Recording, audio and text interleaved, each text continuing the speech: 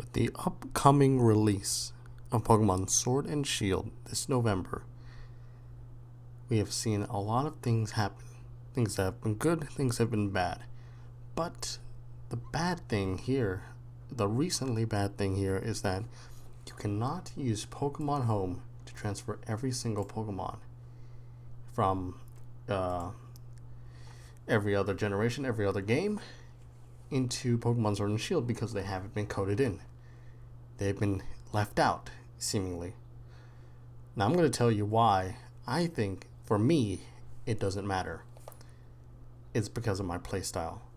Playstyles differ from other playstyles like this that I'm going to talk to you about, and playstyles where you don't care if you transfer or not.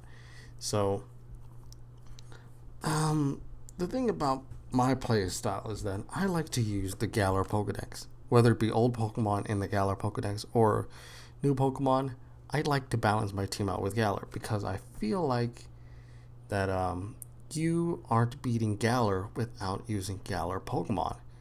And that's the thing that that sets me apart from other people, because I feel like people don't play like that. I also feel like people don't really do what I do and catch everything in Pokeballs because that's my challenge, and catch every Pokemon that I see that I haven't had in my Pokedex. Battle every trainer, do all sorts of things. I feel like a lot of people aren't taking the time to do that compared to me. But also, so what if you can transfer every Pokemon? You have to get to a certain point of the game, and by that certain point, you've already used Galar Pokemon, you've already used some other Pokemon.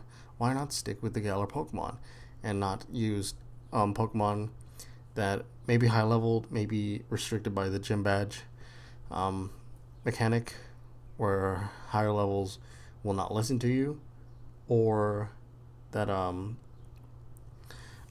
you have to connect a different device, connect a Pokemon Home app to the console, because in other games in Let's Go, you had to go to Fuchsia City or something in order to access the Go Zone to get some Pokemon back from Pokemon Go, and they had to be compatible, so you couldn't transfer even the Pikachu hats or the Eevee hats or anything like that because those weren't compatible. Those aren't coded into the game, basically. And any special Pokemon that you got in Pokemon Go, you cannot transfer as well. But besides those Pikachu hats and stuff, and also through Pokemon Go, I mean, there were other regions like Black and White and Black and White 2. You didn't have you didn't have access to Transfer Lab until later. Until the post game, so you really couldn't use any of the Pokemon that you could use, and I haven't, and people don't complain about that, even though it's almost the same thing.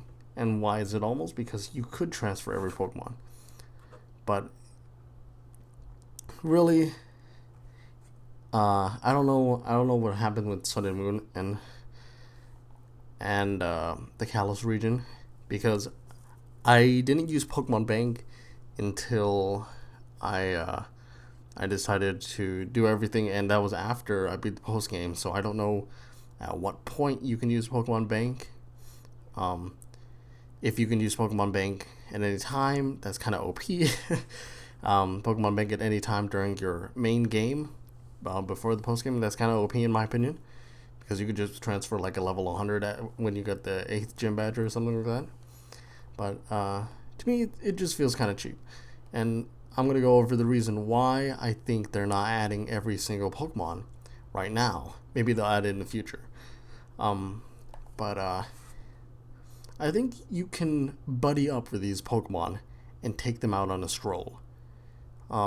You've seen roaming Pokemon. You've seen it in Let's Go. Every Pokemon has a walking animation, and they should walk with you. They should run with you. But I think that having to transfer over 800 Pokemon into those walking and running animations, it's just a huge task. And they've only done it for the first 150, but I feel like they set the team aside to do all of them at once. But they only got through the first 150, and that's how and that's why like Let's Go was like that. And I just think that they will do that for Pokemon Sword and Shield. Well, I have no evidence, um, but I feel like that's gonna happen because they have roaming Pokemon. They've already made walking animations. They might have made or running animations for those Pokemon that you've already seen, and so they put on the task aside to only do the Pokemon that they want to feature in the Galar region, in order to get people, in order to lower their workload essentially.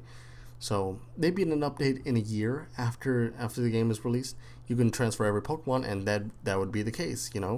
That would be the case that they had to make running and walking animations for every Pokemon, even your favorites. Uh, and even though you might not even use the walking feature, you might not even use the Pokemon Buddy behind you feature or whatever. Um, if you found out that you can't walk with your favorite Pokemon, I think people would be more upset because they haven't coded it in.